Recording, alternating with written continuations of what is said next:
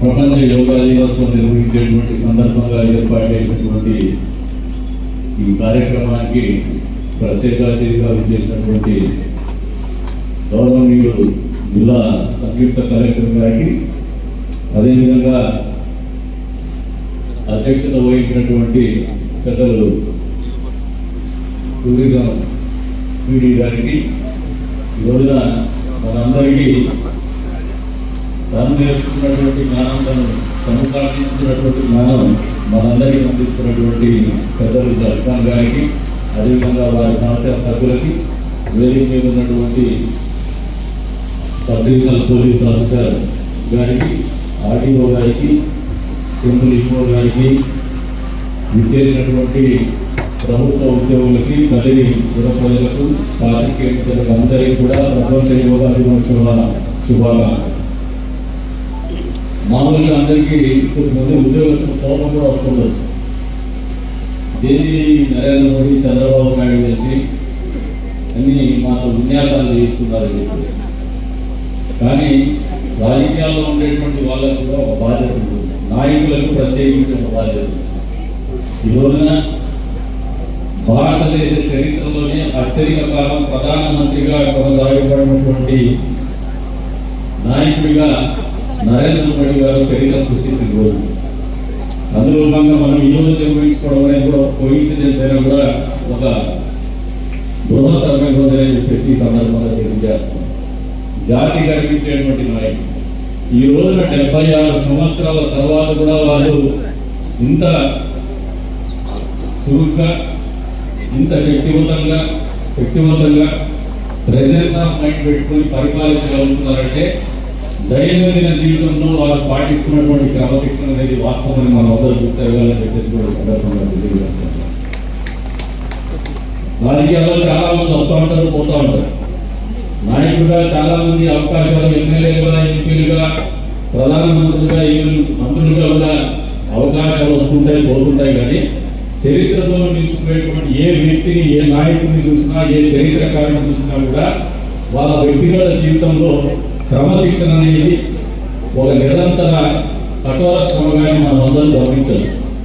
మీరు చంద్రబాబు నాయుడు గారిని చూసినా దాదాపు 40 సంవత్సరాల పైకి రాజకీయాల్లో ప్రత్యక్షంగా ఈ రోజు కూడా తెలుగు వారి రాజకీయాలని కూడా ఆయన చుట్టే తిరిగేటువంటి పరిస్థితుల్లో 76 సంవత్సరాల వయసులో కూడా నడవగలుగుతున్నాడు, ఉత్సాహంగా పనిచేయగలుగుతున్నాడంటే వారి జీవితంలో వారు పాటిస్తున్నటువంటి క్రమశిక్షణ విధానం.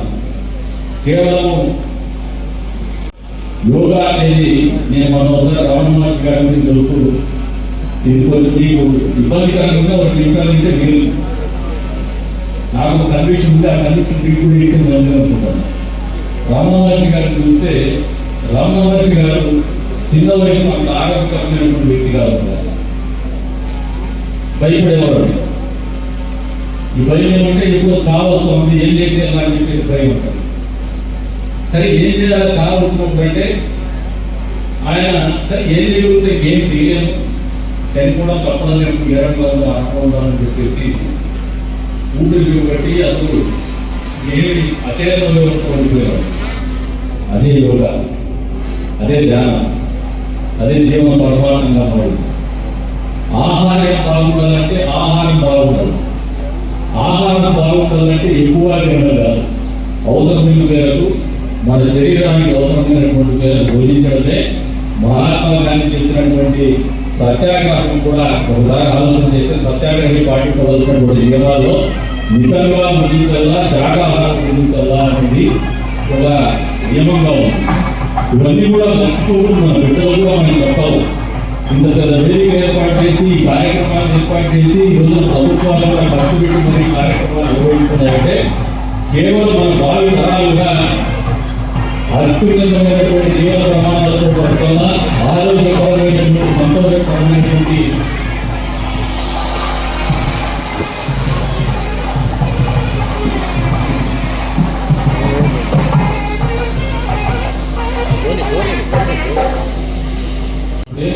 ఆ దేశం యొక్క సంపద కానీ, సౌభ్రాతృత్వం కానీ, ఘనత కానీ పెరిగేటువంటి పరిస్థితులు ఉంటాయి. ఈ రోజున నాయకులకు కేవలం రాజకీయాల్లో పరిపాలన బాధ్యత మాత్రం కాదు. పరిపాలనలో ఒక భాగమే వాళ్ళ పౌరులందరూ ఆరోగ్యంగా ఉండాలా, ఆనందంగా ఉండాలా, ఆర్థికంగా స్థితిమంతులుగా ఉండాలా, ఆలోచనలో కూడా ఆరోగ్యవంతమైనటువంటి ఆలోచన ఉండాలనే ఆలోచన పాలకులు ఉండాలన్నటువంటి అవసరం ఎంతైనా ఉందని కూడా ఈ సందర్భంగా చెప్తా ఉన్నాను. ప్రధానమంత్రి నరేంద్ర మోడీ గారైనా, రాష్ట్ర ముఖ్యమంత్రి చంద్రబాబు నాయుడు గారైనా ఈ కార్యక్రమాన్ని చాలా మంది విమర్శిస్తున్నా, అనవసరంగా డబ్బులు 100 కోట్లు తగలేస్తారని చెప్తున్నా కూడా ఎందుకు ఖర్చు పెడుతున్నారంటే ఈ పెట్టే ప్రతి రూపాయి కూడా పౌరుల్లో వచ్చేటువంటి నాగరికతలో వచ్చేటువంటి మార్పుకు మొదటి అనేది కూడా నేను వ్యక్తిగతంగా బలంగా నమ్ముతున్నాను. మీకు కూడా తెలియజేస్తా ఉన్నారు. ఇది అనవసరమైన ఖర్చు కాదు. జీవన విధానమే ఆ దేశం యొక్క నాగరికతను చిహ్నంగా నిలుస్తుంది.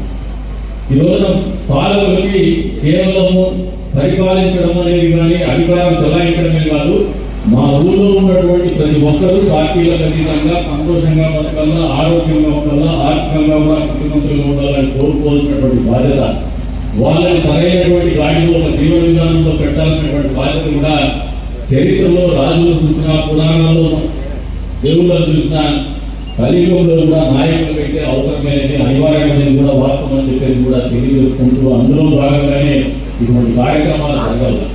ఇవాళ వెస్టర్న్ కల్చర్ వచ్చిన తర్వాత, పాశ్చాత్య పోరాటం వచ్చిన తర్వాత సోషల్ ఈటింగ్ అంటే పేకాడము, లేదంటే డ్యాన్సులు చేయడము, లేదంటే పబ్బులు పోవడము, దీని వరకే అయిపోతాం.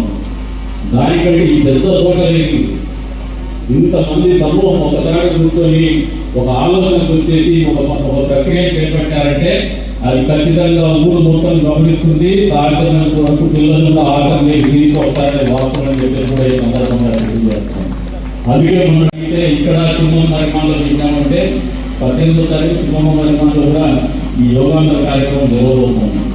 ఇంకా ఒక రోజు పెంచి కటారు పనులు కూడా కట్టమని చెప్పేసి నేను జేసీ గారికి కోరుతా ఉన్నాను. దాన్ని ఆర్గనైజ్ చేయని చెప్పేసి కూడా పీడీ గారు కూడా కోరుతాను. అవసరం చాలా చోట్ల మా పొలిటీషియన్స్ ఏమనుకుంటామంటే this is an irrelevant subject అని, but this is most relevant subject. ఆలోచన విధానంలో మార్పు రావడం అనేది ఖచ్చితంగా అవసరం. అప్పుడే సమాజం బాగుంటుంది. సమాజంలో ఆరోగ్యకరమైనటువంటి ఆలోచన ఉన్నా, ఇందాక గురువు గారు చెప్తున్నారు, శరీరం ఆరోగ్యంగా ఉంటుందే మానసిక ఆరోగ్యం వస్తుంది. కానీ యోగాలో కానీ, ధ్యానంలో కానీ, జీవన విధానంలో కానీ if there is perfect balance between the mind, body and soul, శరీరానికి, మెదడుకి, మనసుకు సరైనటువంటి సమన్వయం ఉంటేనే ఆ మనిషి జీవితం కానీ, ఆ కుటుంబం కానీ, ఆ సమాజం కానీ అద్భుతంగా ఉంటుందనేది వాస్తవం. కాబట్టి దాన్ని సాధించే ప్రక్రియ ఈ యోగా కార్యక్రమం చెప్పేసి తెలియజేసుకుంటూ మరొకసారి నిర్వాహకులకి దగ్గర నియోజకవర్గ ప్రజలందరి తరఫున మనస్ఫూర్తిగా ధన్యవాదాలు తెలుపుకుంటూ వచ్చే రోజుల్లో కూడా 2 చోట్ల జరిగేటువంటి కార్యక్రమంలో అందరూ కూడా మళ్ళీ భాగస్వాములు రండి, కుటుంబ సంఘటన రమ్మని చెప్పి కూడా వారికి అవకాశం అందరికీ ధన్యవాదాలు.